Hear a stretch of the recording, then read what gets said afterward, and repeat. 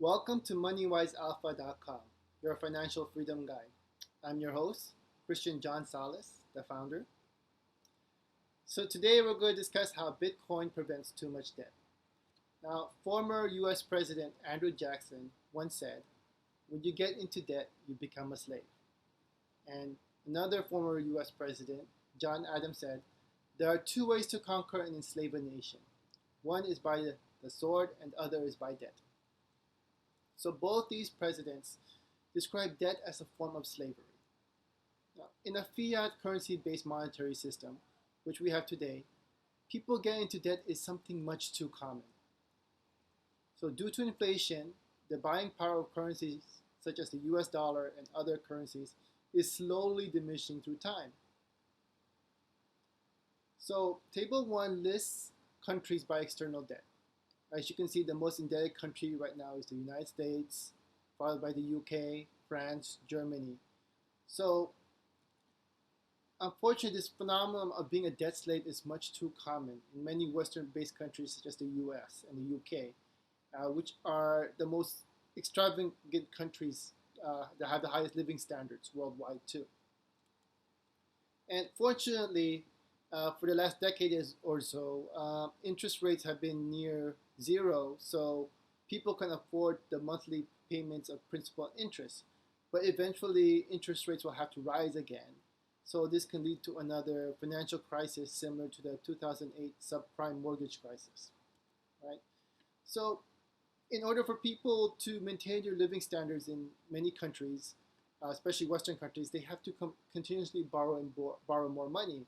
It's similar to that old popular saying of keeping up with the Joneses, right? But unfortunately, the Joneses are buried in debt as well right now, too. So the financial elite control people with debt.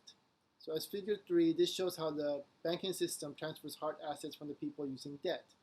So for example, say you want a car or a house or a small business, right?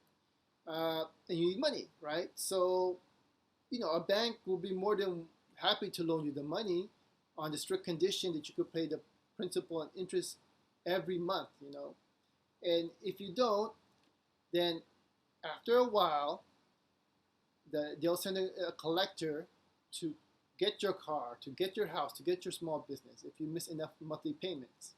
So debt is a means by which the financial elite slowly transfer hard assets from the general population to their own personal possession.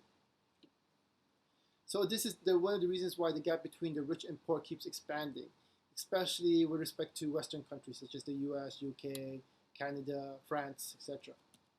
So unfortunately, this occurs in the meta level too. So some major international financial organizations such as the IMF burdens a country with, say, a Middle Eastern country with too much debt that it can never possibly pay off.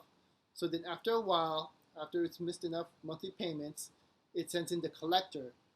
But in this case, the collector would be the US military that will lay claim to some resource owned by the country, right? So, sound money doesn't burden people with debt.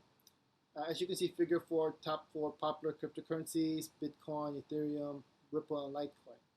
So in a sound monetary system, such as a gold standard, a commodity-based monetary system, or a decentralized cryptocurrency-based monetary system, burdening people with debt is much more difficult to accomplish because lending institutions can't simply lend out more cryptocurrency than they have in supply.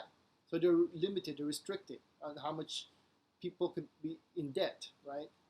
So for the full version of this presentation, please visit MoneyWiseAlpha.com.